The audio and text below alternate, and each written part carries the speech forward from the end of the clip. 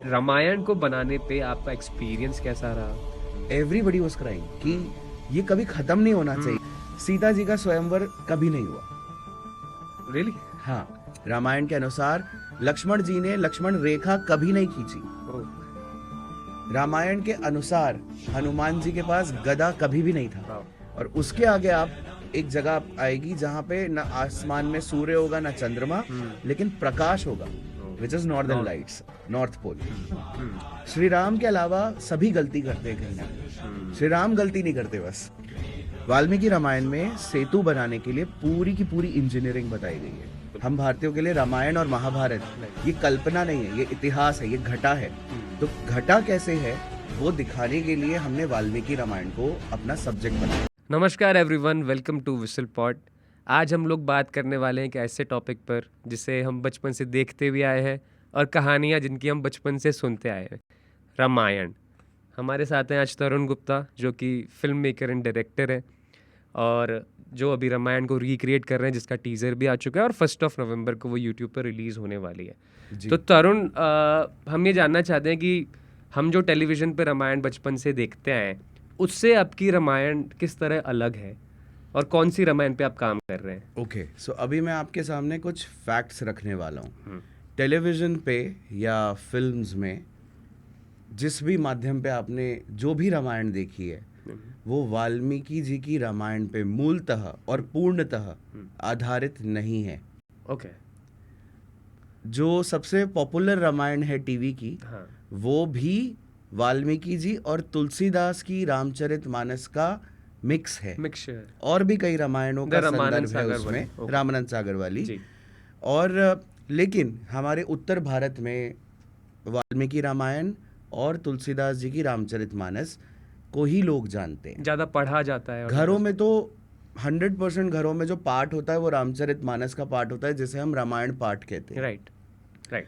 और इनमें अगाध डिफरेंस है, ओके। समय का भी, भाव का भी और चित्रण का भी। ओके। मतलब वाल्मीकि जी की रामायण लिखी गई है त्रेता युग में या बहुत पहले, क्योंकि वाल्मीकि श्री राम के समकालीन थे। ओके। और तुलसीदास जी की रामचरितमानस लगभग 500 साल पहले लिखी गई है, ये बहुत बात की है। तो श्री राम के चरित्र में बाकी चरित्रों में अगाध भेद है और यही एक कारण था कि हमने कहा कि जो मूल रामायण है, जो पहली रामायण है, वो है संस्कृत में लिखी हुई वाल्मीकि जी की। इवन तुलसीदास जी की रामचरितमानस भी उसी पे आधारित है। तो जो मूल रामायण है उस पे कुछ बना हुआ नहीं है। हमने यूट्यूब पे भी सर्च किया, बाकी जगहों पे भी देखा, व्याख्यान है, लोग उस पे बात करते हैं, टॉक शोज हैं, उसका बुक्स अवेलेबल हैं, लेकिन क्योंकि संस्कृत एक तो आज बोली नहीं जाती, राइट, तो लोग पढ़ते नहीं हैं, राइट, इसलिए उसमें एग्जैक्टली है क्या ये जानते भी नहीं है। और हमने यही भावना पकड़ के कि असली कहानी क्या है, कैसे हुई, क्योंकि हम इसे इतिहास कहते हैं। बिल्कुल। हम भारतीयों के लिए रामायण और महाभारत ये कल्पना नहीं है, ये इतिहास है, ये घटा है। तो घटा कैसे है वो दिखाने के लिए हमने वाल्मीकि रामायण को अपना सब्जेक्ट बनाया। राइट। तो आपको इंस्पिरेशन कहाँ से मिला कि मुझे वाल्मीकि रामायण को रिक्रिएट करना? शायद राम जी की कृपा हुई थी मुझ पे बचपन से ही, क्योंकि मैंने 2.5 साल की उम्र में पेंटिंग चालू कर दी थी। ये गॉड गिफ्ट है। और जो पहली आकृति ज़मीन पे मैंने बनाई थी वो भगवान राम का चित्र बनाया था। तो रामायण तो मेरे साथ तब से है। और मेरी पसंदीदा कहानी है, फेवरेट कहानी है, हम मतलब सभी की। हाँ, मतलब एक सुपर हीरो भी नहीं है मेरे लिए कोई और जो श्री राम है या ये कहानी के पात्र हैं।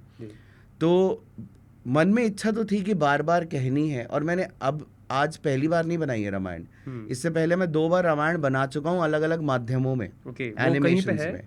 वो मेरे पास है यूट्यूब पे, प्राइवेट व्यूइंग मोड में है, तो मैंने उसको रिलीज नहीं करा। आप जब अपना पुराना काम देखते हो तो आपको लगता है कि नहीं, इससे बेहतर बहुत कर सकते थे। पर हाँ, ये काम जब फिल्म मेकिंग की नॉलेज आई, जब हमें लगा कि अब हम रामायण बना सकते हैं, क्योंकि एक बहुत टफ टॉपिक है, कॉस्ट्यूम्स हैं, ज्वेलरी है, प्लस इन कैरेक्टर्स को आपको इंट्रोड्यूस नहीं कराना, ये नए कैरेक्टर नहीं है, सब जानते हैं इनके बारे में और बहुत अच्छे से जानते हैं। तो लोगों को वो बिलीव सेट कराना कि जो हम दिखा रहे हैं वो वैसे होंगे, ये बड़ा चैलेंज हो जाता है। तो जब हमें लगा कि अब हम तैयार हैं बनाने के लिए, तब हमने फिर इसका प्रोडक्शन शुरू किया। आपने कब इसको स्टार्ट किया?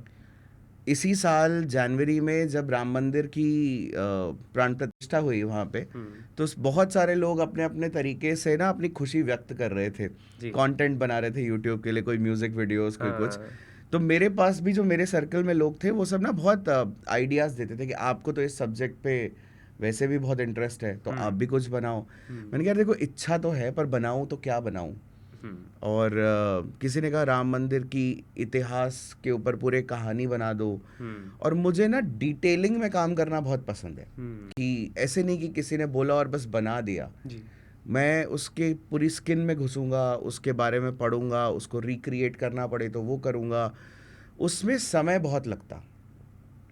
तो हमने कहा कि नहीं, करेंगे काम, एक समय सीमा में नहीं बांधेंगे अपने आप को, और इंस्टेड ऑफ राम मंदिर की कहानी बताने के, हम श्री राम की ही कहानी को दोबारा बताएंगे, मोस्ट ऑथेंटिक फॉर्म में बताएंगे। और इसीलिए संस्कृत की पूरी किताब पढ़नी पड़ी। मकर संक्रांति वाले दिन से शुरू करी पढ़ाई, और लगभग 2-3 महीने लगे इसको पढ़ने में। रामनवमी वाले दिन से हमने अपनी शूटिंग स्टार्ट की। तो आपको पढ़ने के बाद ये मतलब एहसास हुआ कि मुझे इस पे काम करना चाहिए, या आपने पढ़ा ही इसलिए कि मुझे बनाना है? पढ़ा ही इसलिए कि मुझे बनाना है, और मैं अपने व्यूअर्स के साथ ना बहुत ऑनेस्ट रहना चाहता हूँ, कि ऐसे नहीं, कहानी तो हम सभी को पता है। आज अगर आप चाहो बनानी रामायण पे, तो कहानी तो आपको पता है, हाँ, बचपन से सुन रहे हैं। पर हम ये कह सके कि वाल्मीकि जी ने क्या लिखा है उसमें, उसके लिए उसको पढ़ना ज़रूरी था जी। तो व्यूअर्स के साथ एक ऑनेस्टी होती है कि एज अ फिल्म मेकर आपकी, तो हम कह सकते हैं कि हमने बस ऐसे ही एक्साइटमेंट में नहीं बना दी। It is a well researched project, और लोग जब देखेंगे तो उनको जो डिफरेंसेस है ना, जब वो देखेंगे, तो मुझे लगता है जब कोई चीज़ वेल रिसर्च होती है तो एक्सेप्टेबिलिटी आ जाती है उसकी। तो जैसे आपने बताया कि आप वाल्मीकि रामायण पे काम कर रहे हैं, तो मैं ये जानना चाहता हूँ कि वाल्मीकि रामायण और जो हम लोग देखते हुए आए हैं बचपन से, इन दोनों में मेजर डिफरेंसेस क्या रहे हैं? बहुत डिफरेंसेस हैं। मतलब अगर अब मैं बताने पे आऊँगा तो आप मेरे साथ पूरे दिन बैठ सकते हो इसके बारे में, लेकिन मैं जानता हूँ समय सबके लिए इम्पोर्टेंट है। हाँ। और मूल कहानी तो सेम है। हाँ। ये श्री राम हैं, उनकी वाइफ है सीता, भाई है लक्ष्मण, और उनके साथ क्या क्या घटता है जो सब जानते हैं। वो मूल कहानी जो है वो एज इट इज़ है। व्यक्तित्व बदल गया है। श्री राम का व्यक्तित्व बिल्कुल अलग है, लक्ष्मण का भी अलग है, टोटली डिफरेंट। टोटल सारे कैरेक्टर्स अपने आप में बहुत अलग हैं। हाँ। और कुछ कुछ घटनाओं में उनके होने के तरीके में बदलाव है। होती वही घटनाएं हैं, पर तरीके में बदलाव है। जैसे मैं आपको अब शॉकर्स देने वाला हूँ। हाँ। सीता जी का स्वयंवर कभी नहीं हुआ। रियली? हाँ, हम इसे ये नहीं कहेंगे कि वाल्मीकि जी की रामायण के अनुसार क्या है, मैं कहूँगा रामायण के अनुसार क्या है, क्योंकि बाकी सारी रामायण तो उसी की रिटेलिंग है। अब किसी राइटर ने अगर कुछ बदल दिया या किसी भाव से कुछ लिख दिया तो सत्य नहीं बदलता। सही बात है। तो वाल्मीकि जी का लिखा हुआ सत्य है। मैं इसीलिए कहता हूँ रामायण में क्या लिखा है। रामायण के अनुसार सीता जी का स्वयंवर कभी नहीं हुआ। रामायण के अनुसार लक्ष्मण जी ने लक्ष्मण रेखा कभी नहीं खींची। रामायण के अनुसार हनुमान जी के पास गदा कभी भी नहीं था। और मतलब ये सारी वो चीज़ें हैं जो शायद मेरे कहने से या 50 लोगों के भी कहने से लोग विश्वास नहीं करते हैं। राइट। क्योंकि इतनी जनमानस में बस चुकी है। आप मंदिर में जाओ और बिना गदा के हनुमान जी देखो तो हम इमेजिन ही नहीं कर सकते। इनकम्प्लीट लगता है जी।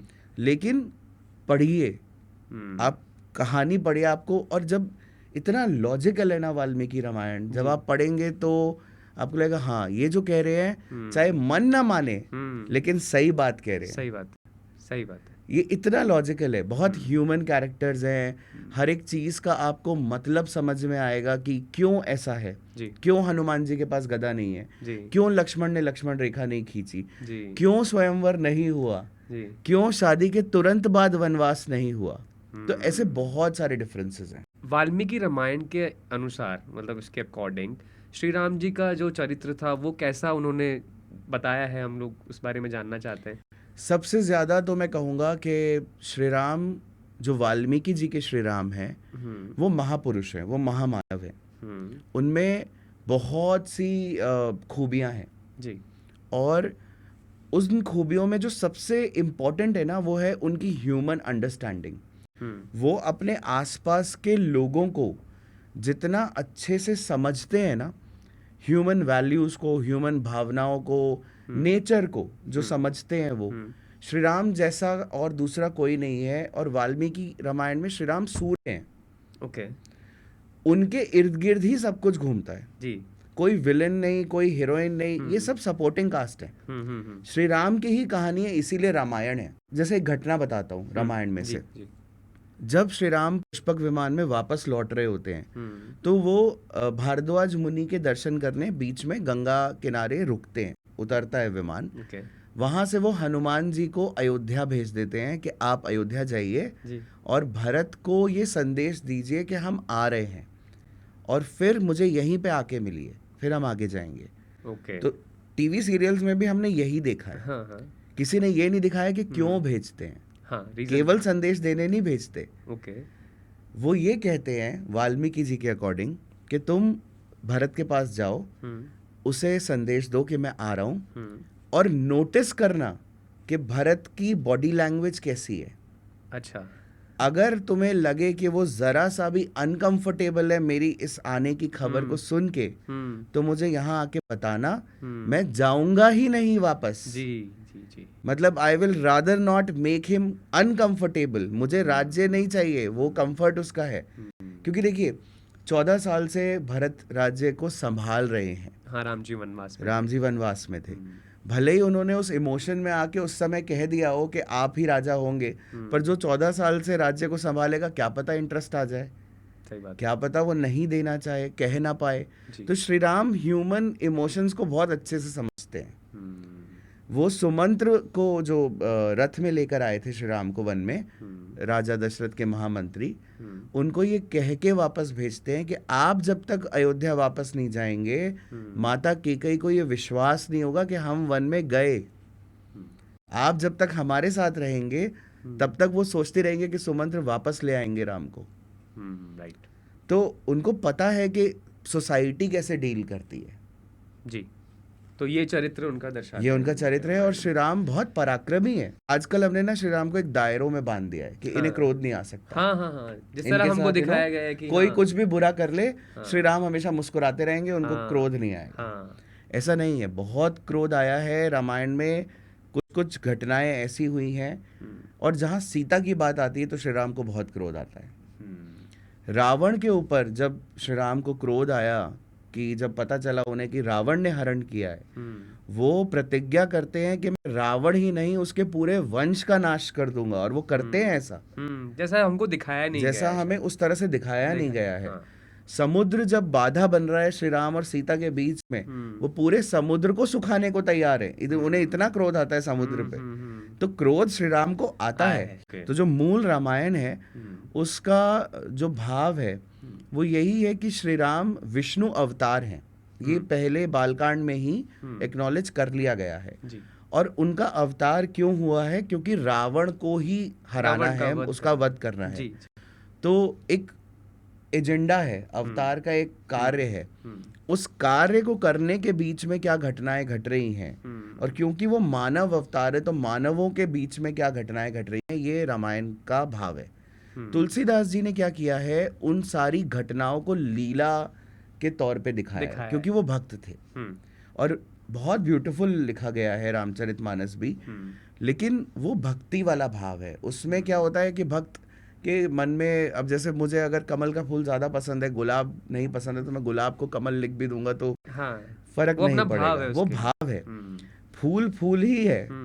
तो बस इतना डिफरेंस है वाल्मीकि रामायण और तुलसीदास जी की रामचरितमानस में। जी तरुण, जैसे हमने जितनी भी रामायण अभी तक देखी हैं उसमें हमने देखा है कि Ram, Sita, Lakshman saffron colour wear करते थे। आपके टीजर में मैंने देखा वो कलर थोड़ा डिफरेंट है। उसका रीजन क्या है? उसका रीजन यही है कि वाल्मीकि जी ने जो वस्त्रों का वर्णन किया है श्री राम के वनवास के दौरान, वो है वल्कल। वल्कल वस्त्र। ओके। वल्कल का मतलब होता है जो पेड़ों की छाल होती है, हाँ। उसके बने हुए कपड़े। अच्छा। वो पेड़ों की छाल पहनते थे। ओ। तो अब आप मुझे बताइए कि पेड़ों की छाल जो है वो नारंगी, नहीं होती। केसरिया, हाँ, बिल्कुल नहीं ये होती। नहीं होती। नहीं होती, नहीं होती। और दूसरा, ऐसा भी कहीं वर्णन नहीं है कि वो अपने वस्त्रों को रंगते थे कहीं वनवास में। कहाँ रंगेंगे, कहाँ डाई करेंगे बैठ सही के। बात है। तो वो जो पेड़ों की छाल के कलर थे, तो जब हम कपड़े बना रहे थे हमारी सीरीज के लिए, हाँ। तो हम पहली चीज ये थी कि नारंगी और केसरिया वस्त्र नहीं हो नहीं यूज सकते। करेंगे। और अगर आप बहुत पुरानी पेंटिंग्स देखेंगे ना, आज से करीब 100-150 साल से पहले की जितनी भी पेंटिंग्स हैं, उसमें आपको वल्कल वस्त्र दिखाई देंगे। ओके। बहुत पुरानी पेंटिंग्स में जो राजा रवि वर्मा के भी पहले की पेंटिंग्स हैं या उनके समय की भी जो पेंटिंग्स हैं, उसमें आपको वल्कल वस्त्र उन्हीं रंगों में दिखाई देंगे जो हमने यूज करे। तो ऐसा नहीं कि हम पहली बार यूज कर रहे हैं। समय के साथ साथ ये किसी भी कारण से, मैं नाम नहीं लूंगा, लेकिन किसी भी कारण से वो एक कोडिंग दे दी गई उनको वस्त्रों की। सेंटिमेंट्स, यस, कि श्री राम को पीतांबर और विष्णु होने की वजह से ना पीले रंग के शेड्स में ही दिखाते हैं। जी, वो भावनाएं। लेकिन जो यथार्थ है वो ये है कि मटमैला कलर जो होता है पेड़ों की छाल का, हमने वही रखा। इवन फैब्रिक भी वैसा चूज किया है कि वो लगे। आप सिल्क नहीं पहना सकते ना वनवास में जी। तो वो फैब्रिक, और वो बिलीवेबल लग रहा है, वो बहुत बिलीवेबल लग रहा है। तो इनफैक्ट ऋषि मुनियों को अगर आप देखें तो वो एनिमल स्किन यूज करते थे अपने अराउंड बांधने में। शिव जी भी पहनते हैं, बागांबर धारण करते हैं। तो अगर आप पुराने डॉक्यूमेंट्स को पढ़ेंगे तो ये कंफ्यूजन नहीं होगा।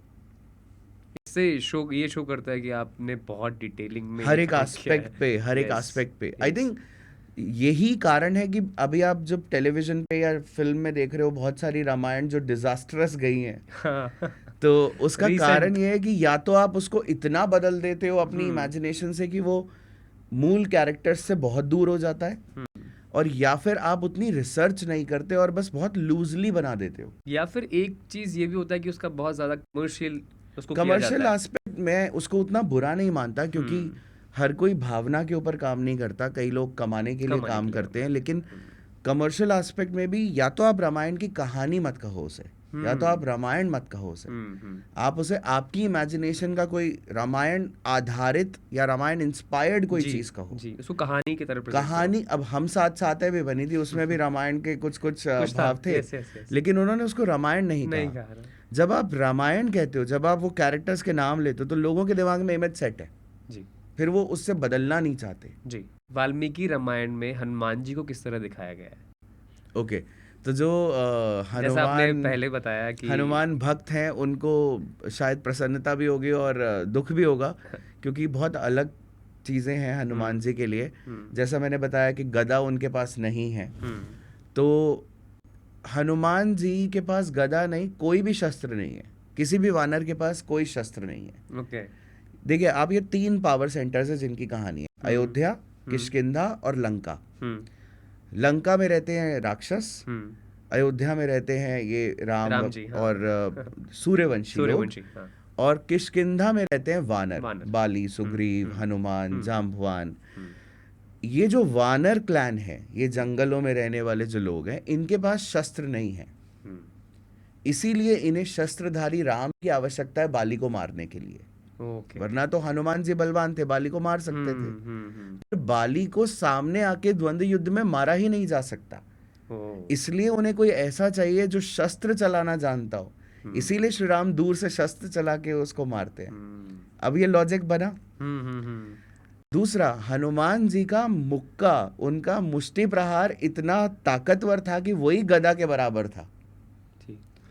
मतलब वानरों में इतना बल था कि वो बड़े बड़े पेड़ तो यूं उखाड़ लेते थे, और बड़ी बड़ी शिलाएं, बड़े बड़े पर्वत।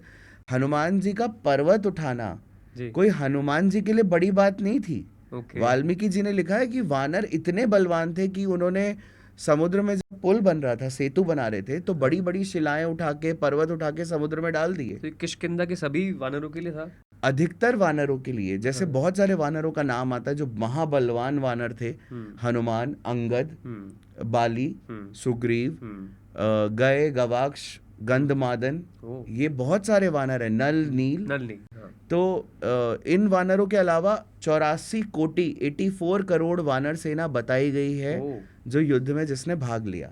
तो हनुमान जी वाल्मीकि रामायण में रुद्र अवतार की तरह दिखाए गए हैं या किस तरह दिखाए गए? नहीं, ये भी एक शॉकर है। हनुमान जी को शिव जी का अवतार या रुद्र अवतार डायरेक्टली बताया नहीं गया है, या उनके लिए ये संज्ञा यूज नहीं करी गई है कि वो रुद्र अवतार है। हनुमान जी को वायुपुत्र कहा गया है वाल्मीकि रामायण में, उनको वायुपुत्र, पवन पुत्र, ये। और हनुमान जी भी जब अपना इंट्रोडक्शन देते हैं सीता माता को या किसी और को भी, तो वो अपने आप को वायुपुत्र कहते हैं। वो रुद्र अवतार उनको ना कोई ऋषि कह रहा है ना कोई और कह रहा है। एक बार जामवंत उनको ये जरूर कहते हैं कि आप रुद्र के समान बलवान हैं जी। पर ये भावना बदल जाता है जब शक्तियां जब वो याद दिला रहे होते हैं कि आप रुद्र के समान बलवान हैं। रुद्र के अवतार हैं, ये डायरेक्टली कहीं नहीं कहा गया है। जैसा हमको हम जैसे देखते हुए हैं तो यही बोला जाता है कि हाँ, हनुमान जी के लिए कपिश्रेष्ठ, कपिवर, ये संज्ञा यूज हुई है, की जाती है। जब सीता जी भी उनको एड्रेस करती हैं तो हनुमान या कपिश्रेष्ठ, ये इस तरह से उनको एड्रेस करती हैं। और हनुमान जी की एक और इंटरेस्टिंग एस्पेक्ट है वाल्मीकि रामायण में, उनके बल के साथ साथ उनके चातुर्य पे बहुत एम्फेसिस है, बुद्धि, कि हाँ, Hanuman ji is very clever. Sugriva Hanuman पे इतना विश्वास करते हैं कि हनुमान को अगर कोई कार्य दिया जाएगा वो पूरा होगा ही होगा। और सुग्रीव का विश्वास देखकर ही श्री राम विश्वास करते हैं और उन्हें अंगूठी देते हैं। हनुमान जी श्री राम के बचपन से भक्त नहीं है। अच्छा। श्री राम की ख्याति है, बहुत फैली हुई है। हनुमान जी ने सुन रखा है उनके बारे में, पर वो उनको भजते नहीं हैं। तब तक नहीं भजते जब तक मिल नहीं जाते। जब वो मिलते हैं तब भी मिलते ही भक्त नहीं बनते, उनसे इम्प्रेस होते हैं। श्री राम इम्प्रेस कब होते हैं? जब हनुमान सीता माता को ढूंढ के उनके बारे में पता लगा के श्री राम को बताते हैं, तब वो कृतज्ञता का भाव है। जब श्री राम और हनुमान का जो ये परस्पर रिलेशन है, भक्त और भगवान का, मित्र तो वो बन ही गए। जैसे ही सुग्रीव से मित्रता हुई, सुग्रीव के सारे मंत्री मित्र बन गए। पर ये भक्त और भगवान वाला जो एस्पेक्ट आता है, ये तब आता है, ये धीरे धीरे डेवलप होता है।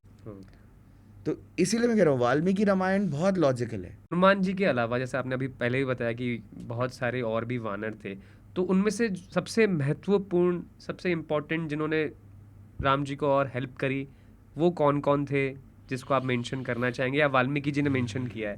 देख, अलग अलग पॉइंट पे अलग अलग वानरों ने अपना अपना योगदान दिया है कहानी में। जैसे हनुमान जी का तो एक पूरा चैप्टर ही वाल्मीकि जी ने सुंदरकांड में बताया है। इसके अलावा सुग्रीव जो हैं, सुग्रीव की जो नॉलेज है ना about the geography of the world, आप सोचो इतने 1000 साल पहले जब ये कहानी लिखी गई होगी, उस समय ये मेंशन्ड है जगहें ऐसी ऐसी जो आज भी कंट्रीज हैं।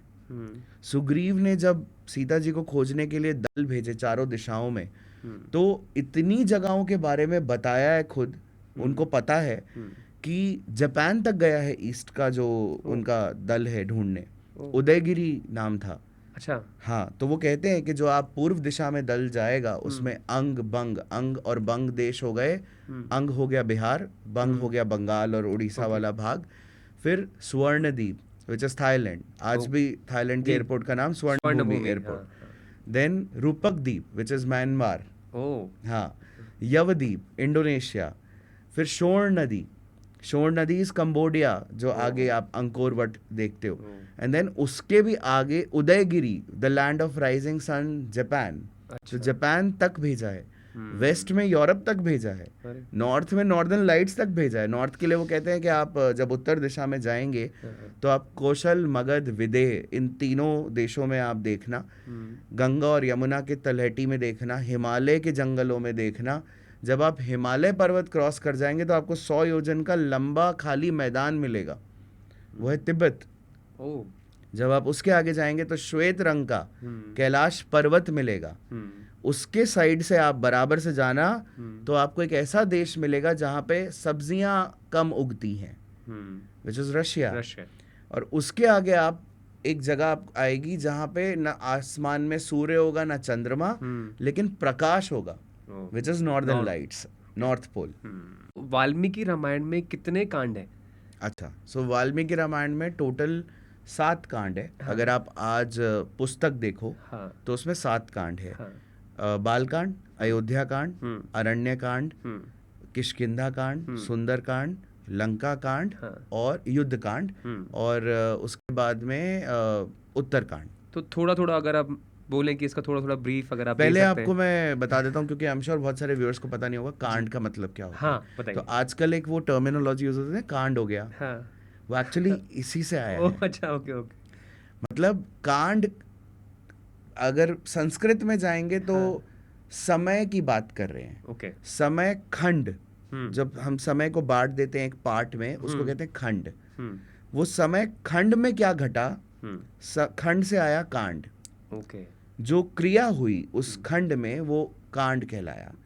तो बालकांड मतलब बचपन में क्या घटा, राम जी के, हाँ, बचपन के समय में क्या हुआ।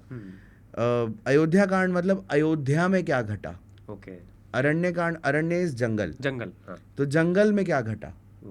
किष्किंधा कांड, किष्किंधा में क्या घटा, वानरों वाला, हाँ, वानरों वाला। हाँ। सुंदर कांड को उन्होंने सुंदर इसलिए कहा है क्योंकि उसमें बहुत सारे एडवेंचर्स होते हैं हनुमान जी के, all about Hanuman ji. And वहां से ना चीजें सही होनी शुरू हो जाती हैं। ओके। जो कहानी में डिटोरेशन आ रहा था, डिजास्टर हो रहे थे, वहां से लंका का जलना और फिर सीता जी का पता चलना, वापस उनके बारे में खबर आना, सब सही होना चालू हो जाता है, तो वो सुंदर कांड है। फिर युद्ध कांड में युद्ध में क्या हुआ, और उत्तर कांड इज जब कहानी अपने समापन पे आ गई उसके बाद क्या हुआ। उत्तर कांड में उत्तर जाने के बाद क्या हुआ। तो आप मुझे बताइए लवकुश आपके अकॉर्डिंग कौन है? राम और सीता के पुत्र। ये उत्तर कांड से आती है कहानी।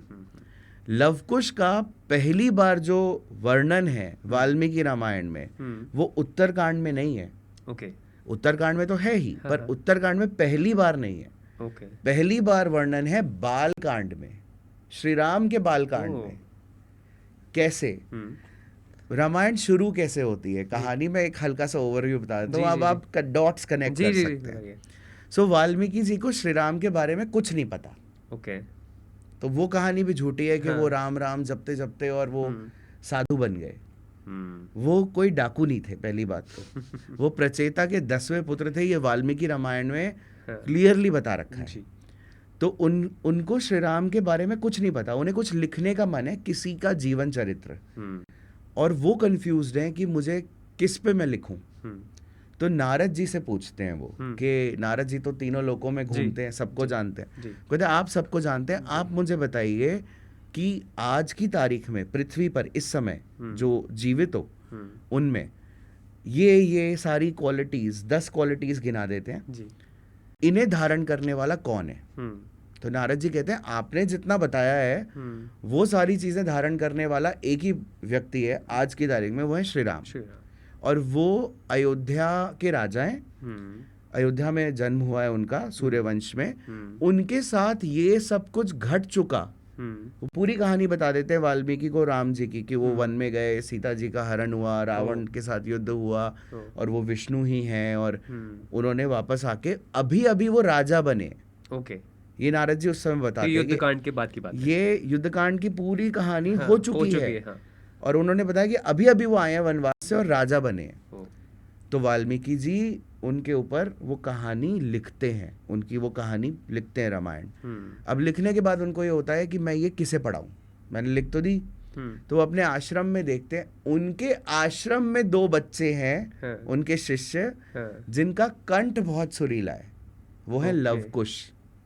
वाल्मीकि जी के आश्रम में बालकांड में बताया गया है कि 2 शिष्य ऐसे हैं जिनका नाम है लवकुश, और उनका कंठ बहुत सुरीला है। तो वाल्मीकि जी उन्हें रामायण पढ़ाते हैं। वो अयोध्या जाके रामायण गा रहे होते हैं सड़कों पे। तब श्री राम सुन लेते हैं और वो कहते हैं तुम किसकी कहानी गा रहे हो? कहते हैं महाराज हम आपकी कहानी गा रहे हैं। तब वो श्री राम को ये पूरी कथा सुनाते हैं जो हम पढ़ते हैं। तो वो वाल्मीकि जी के शिष्य हैं। अगर वाल्मीकि जी को ये कहना होता कि वो राम और सीता के बच्चे हैं या हाँ। सीता हमारे आश्रम में, तो बालकांड में ही बता देते। ओ, फिर वो ये क्यों पूछते नारद जी से कि मुझे श्री राम के बारे में बताओ, या मुझे पता नहीं है कि मैं किसके हाँ, बारे में लिखूं। राइट राइट, ठीक है। आपने पुराने 1000 साल से पहले के जितने मंदिर हैं, आप उसमें आपने मूर्तियां देखी हैं लवकुश की? नहीं, कभी नहीं देखी। लक्ष्मण है, हनुमान है, हाँ, सीता सीता जी है। है, हाँ। कहीं कहीं आप अयोध्या में जाएंगे जो पुराने मंदिर है, तो आपको दशरथ जी और उनका पूरा परिवार, भरत भरत भी दिख शत्रुघ्न भी जाएंगे। मिल जाएंगे। जी। आपने रावण की पेंटिंग्स, कार्विंग्स में, हम्म मैं तो पिलर्स की बात कर रहा हूँ, हम्म कार्विंग्स में भी आपने रावण को देखा होगा, जटायु को देखा होगा, सारे किरदार देखे होंगे। हम्म, पर क्या आपने लवकुश देखे? नहीं, कभी नहीं देखा। 1000 साल, 1500 साल पहले नहीं थे। बट ये एक्सेप्ट करना बहुत बड़ी बात है, थोड़ा सा कंट्रोवर्शियल भी है, हाँ, बिकॉज मैं इसीलिए बता रहा हाँ, हूँ, या तो आप भक्त बन के कोई चीज देखते हो, हाँ, तो फिर कोई तर्क काम नहीं करेगा। सही फिर बात। आप जो मानते हो वही आप मानते हो। या तो आप विश्वास करो जो आप पढ़ रहे हाँ, हो, देख रहे हो। और इस पे बिलीव करना इसीलिए मुश्किल है क्योंकि हमने बहुत पहले से वाल्मीकि रामायण पढ़नी छोड़ दी। सही अगर बात। हम पढ़ते आते ना आज तक भी, हम्म तो इसका खंडन टाइम टू टाइम होता रहता और लोगों की मेमोरी में रहता ही है। तो जैसा आपने मुझे स्टार्ट में बताया था कि इसमें लक्ष्मण रेखा ही नहीं बताई है वाल्मीकि जी ने, तो इस बारे में थोड़ा सा हमको बताइए आप। और इसको मैं ऐसे पुटअप करता हूँ आपके हाँ, सामने कि क्या लक्ष्मण जी ने कोई रेखा खींची थी? हाँ, तो मैं कहूँगा नहीं, लक्ष्मण जी ओके, ने कोई रेखा नहीं ओके, खींची थी। ओके। पर क्या सीता जी ने लक्ष्मण रेखा पार की? मैं हम्म कहूँगा हाँ, उन्होंने लक्ष्मण रेखा पार की। बट ये कैसे? अच्छा, हाँ, जब आप ये अरण्य कांड से आता है, हाँ, जब वो पंचवटी में है और शूर्पणखा की नाक काटी जा चुकी है ओके। और रावण हरण करने हम्म आता है और वो योजना बनाता है मारीच के साथ कि हम्म सीता का हरण करना है। हम्म और मारीच स्वर्ण मृग बन के आता है और सीता जी मोहित हो जाती हैं और वो राम जी से कहती हैं कि मुझे आप ये ला के दो। हम्म और लक्ष्मण जी उनको चेताते हैं कि स्वर्ण मृग नहीं होता, हम्म कि राम और सीता जो है ना वो इतने आपस में प्यार में है कि सीता जो भी मांगेंगी श्री राम उनको लाके लाके देंगे ही देंगे। देंगे, वो ना कर ही नहीं सकते। हम्म पर लक्ष्मण जी को देखते ही शक हो जाता है कि, और वो कहते हैं अभी अभी तो शूर्पणखा के साथ में इतना बड़ा इंसिडेंट हुआ है, अभी हमने राक्षसों से युद्ध किया है, तो खरदूषण को मारा है, जी जी जी, ये 100% कोई छल हो रहा छल है है। हमारे साथ, तो आप इसके पीछे मत जाओ।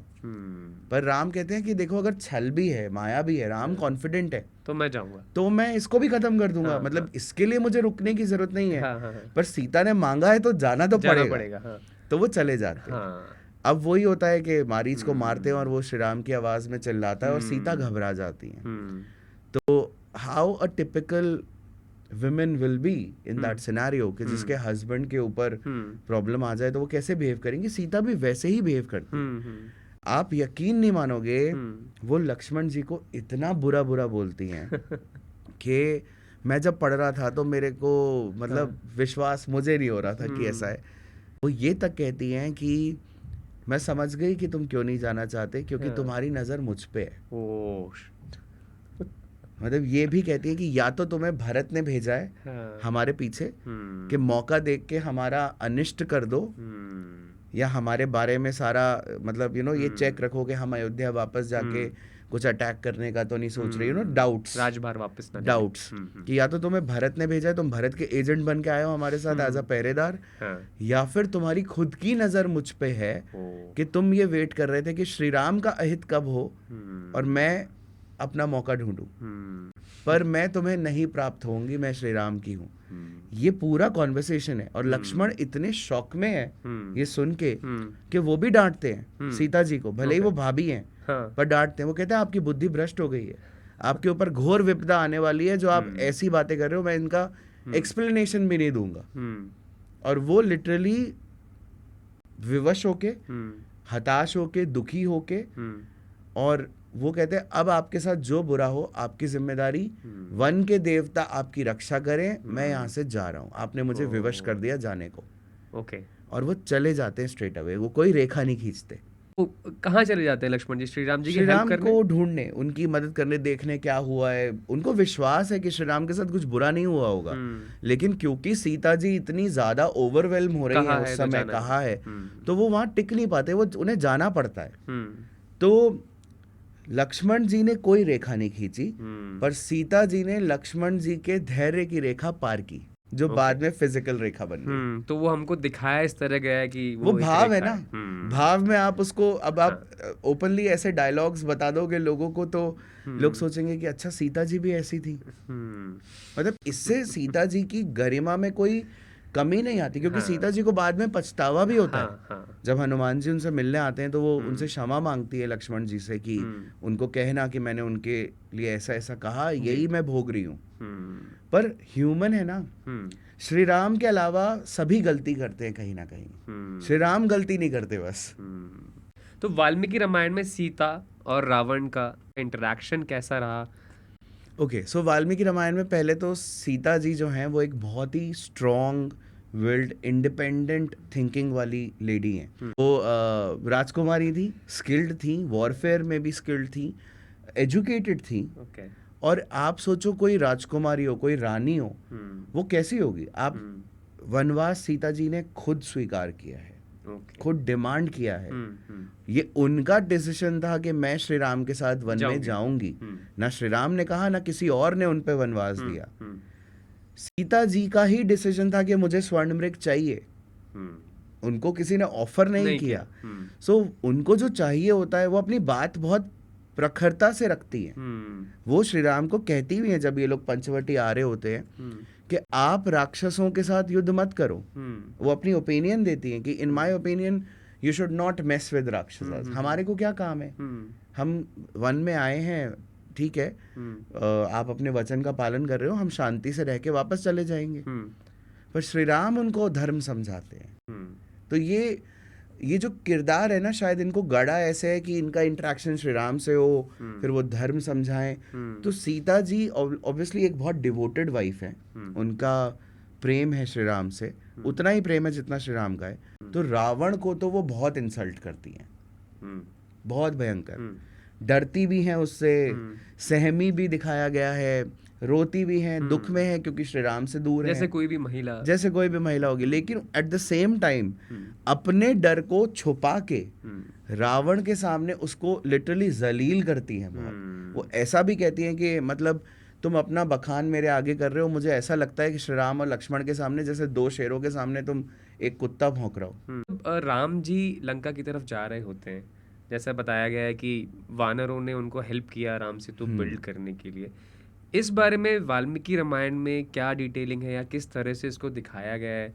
ओके, आप जानते होंगे कि सेतु पे बनाने के लिए बड़े बड़े पत्थरों पे राम नाम लिखा था और वो तैरने लगे। हाँ हाँ हाँ। सो तैरने वाले पत्थर तो नहीं थे, ओके मतलब वाल्मीकि रामायण में तो नहीं थे। हाँ हाँ। वाल्मीकि रामायण में सेतु बनाने के लिए पूरी की पूरी इंजीनियरिंग बताई गई है कि मतलब कैसे बना, कितने दिन में बना। 5 दिन में 100 योजन सेतु का निर्माण हुआ है।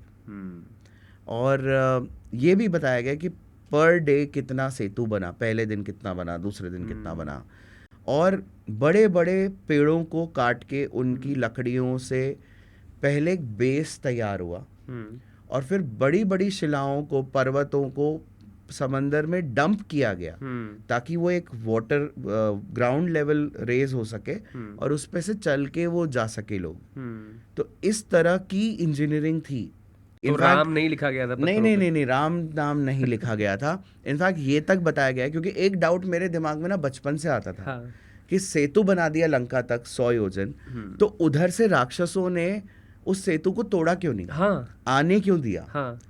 तो वाल्मीकि रामायण जब मैं पढ़ रहा था ये डाउट भी क्लियर हो गया कि ये लोग सेतु बनाते जा रहे थे, और जैसे जैसे सेतु बनाते जा रहे थे तो जो लास्ट पैच जब इन्होंने बनाया, विभीषण जो कि इनके पास आ चुके थे, रावण के भाई, अपने कुछ मंत्रियों के साथ, वो कुछ वानर सेना की टुकड़ी लेके सेतु के दूसरे साइड पे ही रुक गए प्रोटेक्ट करने के लिए सेतु को, ताकि ये राम जी और उनकी सेना आ सके। अरुण, एक चीज और जो सबसे इम्पोर्टेंट चीज है रामायण के बारे में, रावण और राम जी का युद्ध।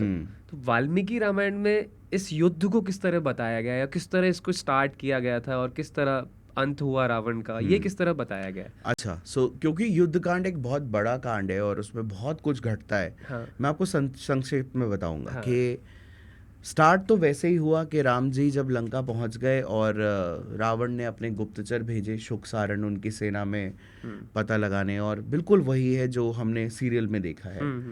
लेकिन अंगद का एक इंसिडेंट फर्क है। हाँ। कि आपने सुना होगा अंगद जाता है और वो पैर वो जमा देता है और हाँ। वो एक चैलेंज करता है कि हाँ। जो मेरा पैर हटा देगा मैं हार मान लूंगा। राइट। ऐसा नहीं होता। हाँ। अंगद जाता है, शांति दूत बन के नहीं जाता। अंगद रावण को चेतावनी देने जाता है कि तुम सीता जी कि को वापस देखो दो। हाँ। मैं लास्ट बार समझाने आया हूँ, ऐसे ऐसे वापस कर दो सीता जी को, अगर नहीं करोगे हाँ। तो कल से हम लंका की बैंड बजानी चालू कर देंगे। ये चेतावनी है, वार्निंग है, लास्ट वार्निंग।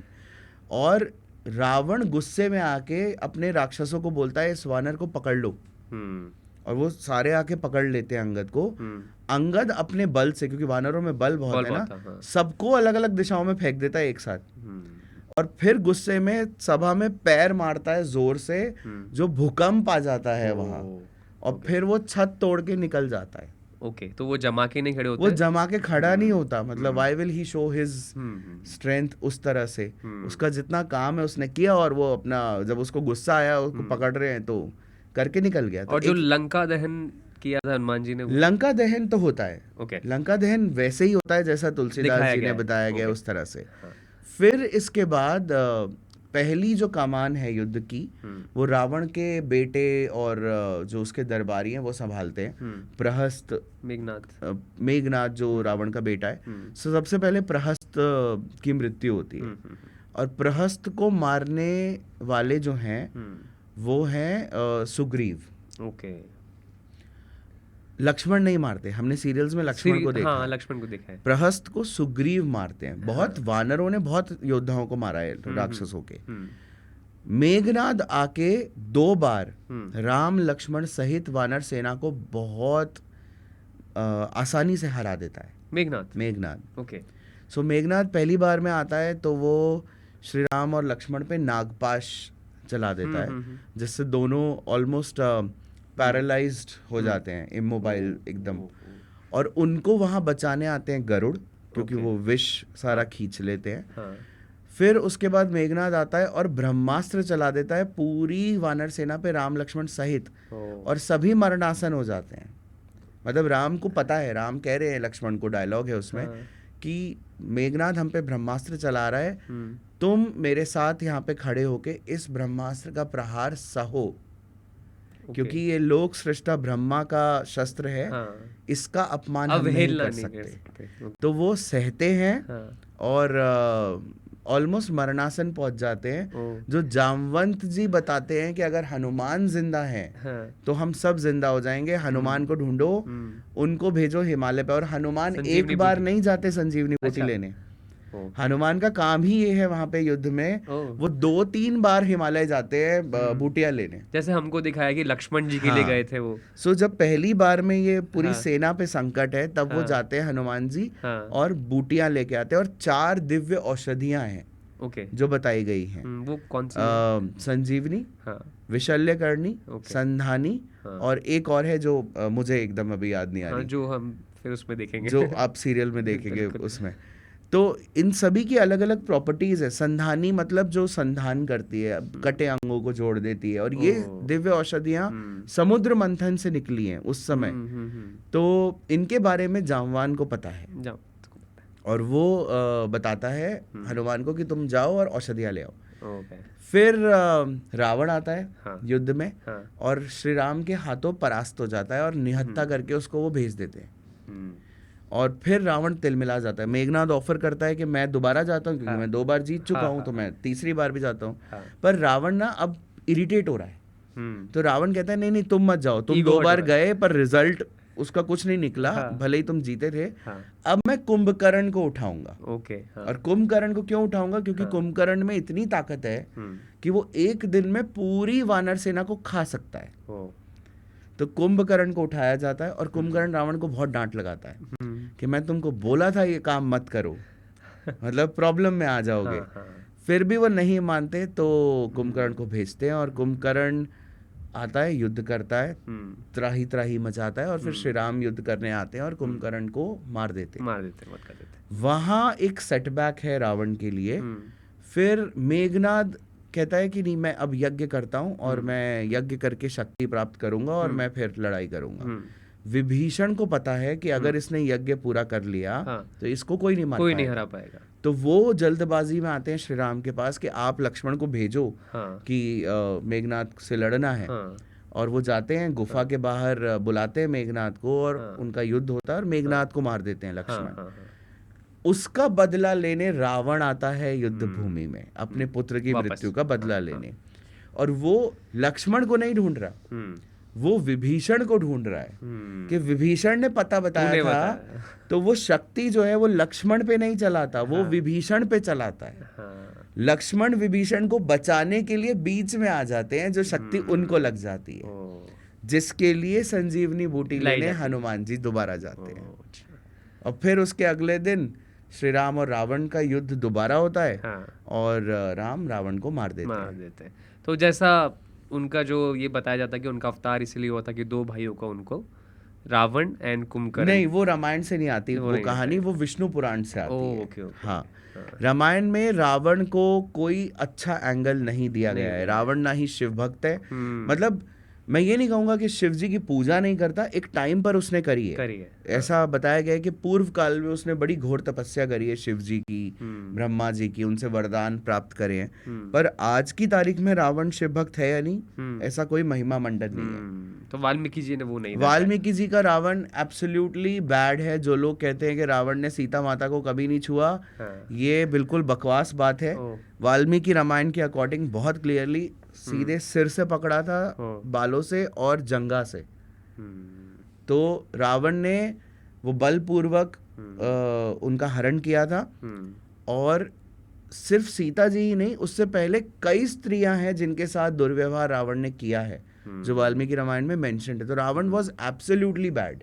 ये तो हुई रामायण के बारे में बात। अब मैं आपसे पूछना चाहूंगा एक पर्सनल क्वेश्चन कि रामायण को बनाने पे आपका एक्सपीरियंस कैसा रहा, कैसे आपको चैलेंजेस आपने फेस किए इसको, सीरीज को बनाने में, जो कि हम देखेंगे भी, बट आपका एक्सपीरियंस मैं जानना चाहता हूँ इसके बारे में। एक शब्द में बताऊं तो बहुत डिवाइन। हमने रामायण बनाई नहीं, हमने एक्चुअली रामायण जी रहे थे इतना ज़्यादा, क्योंकि मतलब जब आप इस तरह से रिसर्च में और तैयारियों में घुस जाते हो तो आपको सपने भी फिर रामायण के ही आते हैं, सोते सोते भी दिमाग में आपके रामायण चल रही होती है।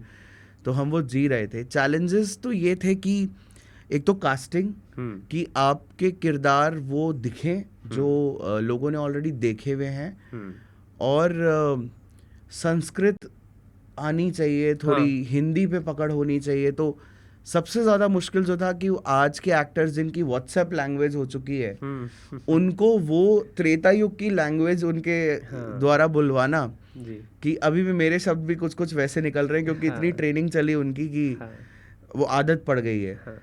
प्लस ऑपरेशनल चैलेंजेस थे। आप मुकुट पहन के वो तरकश लगा के 50 डिग्री की गर्मी में आपको खुजली होने लगेगी, आप तरकश लगाओगे, और आप आउटडोर्स में हो, कहीं जंगल में हो। हम एक सीक्वेंस कर रहे थे जहाँ पे शॉट के हिसाब से सीता जी को पैर में कांटा चुभना था। तो एक्शन जैसे ही हुआ तो सीता जी को तो चुभा नहीं, लक्ष्मण जी को चुभ गया था वो कांटा। तो वो फन भी था, बहुत मस्ती करते थे।